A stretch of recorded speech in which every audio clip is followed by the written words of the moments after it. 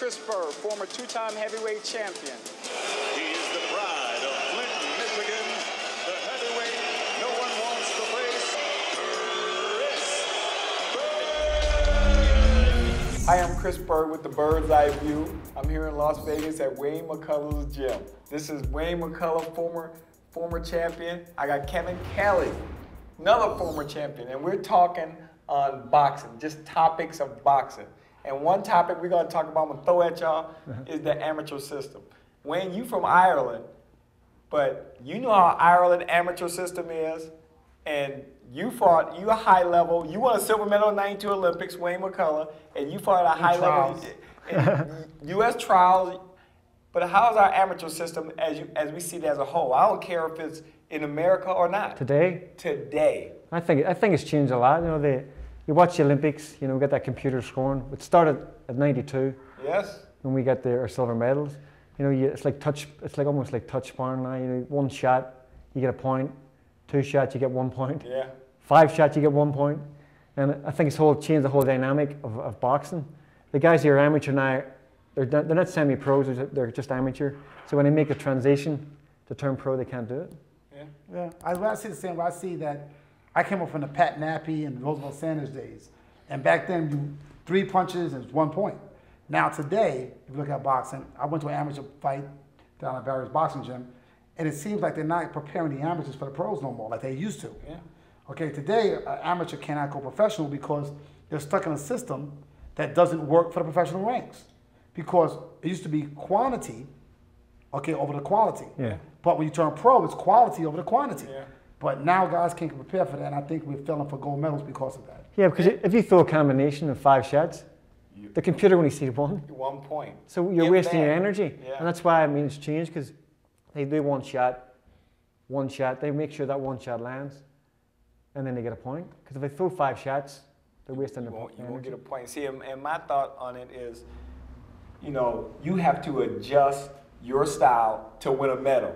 Not turn pro. We ain't gonna fight like that when you turn pro. No, you can't. But now, if you want to win a medal, you gotta change your style. I mean, you gotta actually cover up and wait. They don't count body shots. They don't count jabs. And just wait. You block everything. You got guys just walking around blocking punches, and then throw a punch and they win. And this guy had done work all this time, and he gets not 1 point. No. Back to the basics. I think, like I said, sometimes people, almost like America did, you go so far away from your home base, and you change things and you think it's better, and it becomes worse over a period of time. It's like wear and tear. It's like you don't change your brakes. What happens? You're kind of cutting into your rotors. Yeah. Then your rotors, then your calipers go. Piece is gone. Fabric of the boxing game is losing itself. Okay, the old greats, Pat Nappy and even the old Eddie Futch, guys like that were around. They could teach you how to fight better. It's the trainers. Yeah. Well, we're losing trainers. Yeah. Well, the system. Young trainers got to come up. Well, we're the new school of trainers, but you talk about the amateur system. America didn't get a gold medal this year in the men's. They did in the women's. Once again.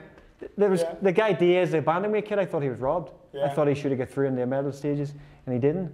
But their style is semi-pro still, so it doesn't look good for the computer scoring, and that's why them guys now should just turn pro. Yeah. But you want to get Olympic medal because you get a better contract. Yeah. But they can't give medals anymore, and it means the promoters are going to get them for cheaper. I've always had a problem with that. You know, they use gold medals to sign professionals at the platform to leap off of. And I've had this argument many times with executives in the business. I always told them, I said, what you do as an amateur is what you do as an amateur. It shows the great Mark Whelan, the greatest amateur ever.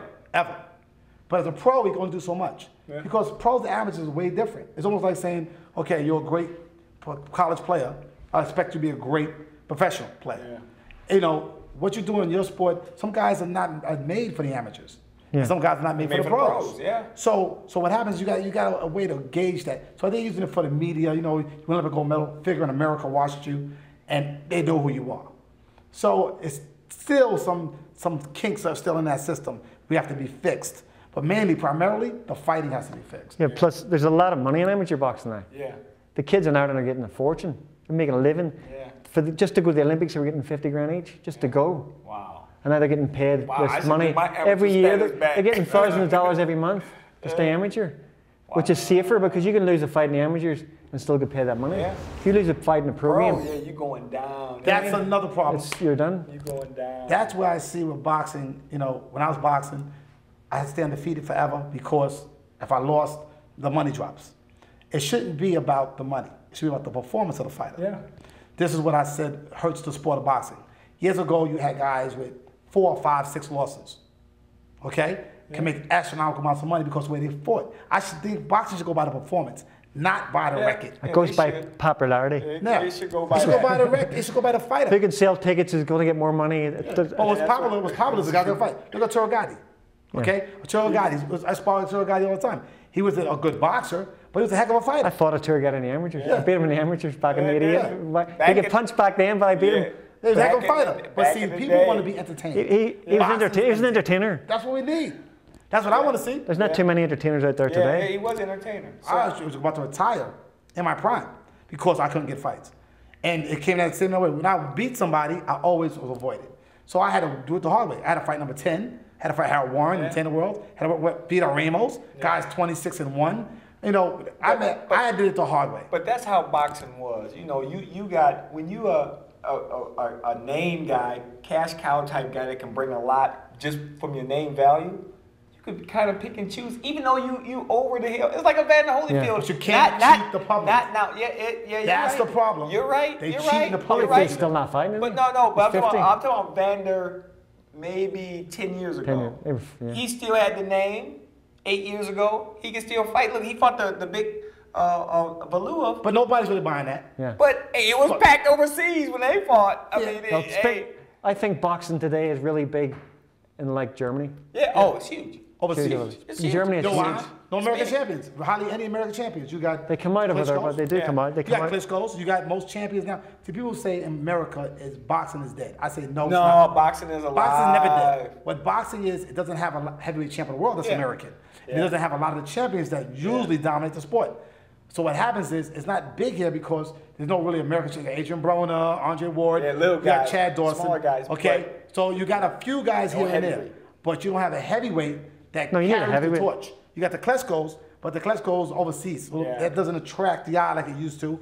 And also marketability, they don't market the younger, smaller guys. Like when I was coming up in 92 and 93 with HBO, where they put me on HBO commercials all the time, other networks. Yeah. Okay, And they put me like on know you commercials, and seen and you. people saw me when I'm not fighting.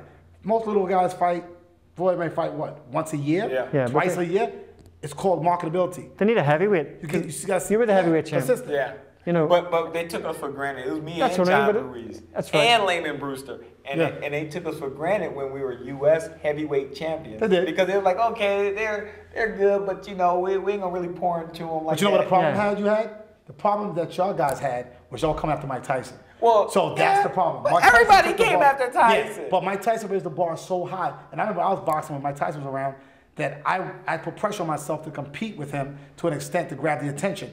Because what happens is when you got a guy fighting at that level, okay, you want to almost equal his value, okay, to say, look, watch me, Yeah. okay? And what happened was when a heavyweight comes out, just like after Muhammad Ali, you had Larry Holmes. Yeah. That's when you had all them guys. When you were on, you had a lot of heavyweights. Ali, Frazier, Norton, Foreman, all them guys are around the top contenders. And then And you when he was had- around, there was a lot, that was the same. But today they haven't got that. Then you have Riddick Bowe. They've got Bo came People on are live. looking Riddick at Bowe, Tyson. Holyfield Then fights. Holyfield. So after that era, everybody looked at your guys and expected that explosion, Yeah. and they didn't get the explosion. Totally Plus, you were different coming type. up from a lighter weight class. Yeah, totally different type But of guy. today you have Chris Arreola, Yeah. Tony Tiger Thompson. You've got what do they call him? I forget the other guy's name, but they've all been beaten. You got Jonathan Banks. They've all been Yeah. beaten by Klitschko already, Yeah. but they're the top contenders. But we do have some young guys, like a Joe Hanks, like the kid that Wilder. with Deontay Wilder, Yeah. and some other, Brian Jennings. So you Yeah. got some young guys you could kind of build on to carry that torch as the next heavyweight champion from America. But it's hard when you go against guys 6'7". Who's a big? They're like super heavyweights almost. England got 6'8". Klitschko David Price, you fuck Klitschko, Tyson Klitschko. Fury 6'9". But you got these new young kids. Well, I can call them kids. I'm 42 in England that are Tyson Fury huge. 6'9". But you know what I always 6'9", say? David Price, David Price is 6'9", 6'8". 6'8". But you know what should 6'9". happen? I believe that the same thing that happens in the amateurs happen in the pros. Being we have guys that big, we should have a super heavyweight division. Okay, you know why? Because look at it like this. He would rather have heavyweight. See, now we got a whole nother debate. Heavyweight. You'd rather have heavyweight. I'd rather have heavyweight. I wanted to be a heavyweight. I'm a small guy. I want to be a heavyweight. But the whole thing is like this. But see, in the amateurs, it works out great. We have a heavyweight division, we got a super heavyweight division, right? So it almost don't look. People will look at it in the eyesight, even though a smaller guy may knock a bigger guy out. It's not. It's like a circus act almost. So people take it a little bit like that. And I've been asking the public that if we had a division of 220 plus, right? Everybody under 220 pounds be heavyweight, and everybody above can be a super heavyweight. It keeps guys kind of normal looking in the ring. But you can't change that. So you raise the cruiserweight and then the 220. Now I keep him on cruiserweight with that. So you got 200, then you got 220. But then Mike Tyson wouldn't have been a heavyweight champion. And then you Holyfield got guys. wouldn't See, have He been had to weigh 220 now. See, He weighed 220 anyway. But I He's like want to 215, challenge 216. No, he guys. weighed 220 kind of sharp. But I want to challenge guys. I don't care how big you are. Heavyweight is supposed to be that unlimited weight. It doesn't matter. But James Tony's about 5'9". Yeah, 5'9". Ain't putting in work. And, I don't know. I like the super heavyweight thing. Because the thing is, okay, That's amateur stuff. Super That's amateur. But we should bring a little bit of that. Super heavyweight, you may not have enough guys. You know what I'm saying? Yeah. Over 220. If you say at 220, now you gotta have a super heavyweight because everybody 240. Look at Klitschko. Yeah, because they moved cruiserweight up. So Yeah, so you gotta go like 200. 235. Look, for the one thing when I talk to the heavyweight. post, the one thing about me is I take to the street and I talk to the people and I get a feel of what they're watching. And I talk to the people in the street. They say, well, you know what? I watch this big guy fight this little guy, and I'm watching, and the big guy, I expect the big guy, they crush the little guy like they always do. And after they see him with Vladimir Klitschko and Vitaly Klitschko. Yeah. So they're seeing a lot of that. So what happens is their eyes are not as entertained to watch to say, you know what? Let's watch this fight. We think this guy got a fair shot because they're so dominant. So if you had a super heavyweight guys their size fighting their size, it looks normal. Yeah, I know. It looks normal. Looks normal. Okay. But they need to, let's say, Eddie Chambers is the other guy I'm talking Yeah. about. He could be cruiserweight. Yeah, well, he's going to cruiserweight. He could be cruiserweight. I think He's kind of too small for I think him. he'll do more damage. He at was, but cruiserweight. he who put in work. It's just when he ran across a talented big man in Vladimir different. Klitschko. So that's hard. Like I said, but also talented big man, talented little small. man.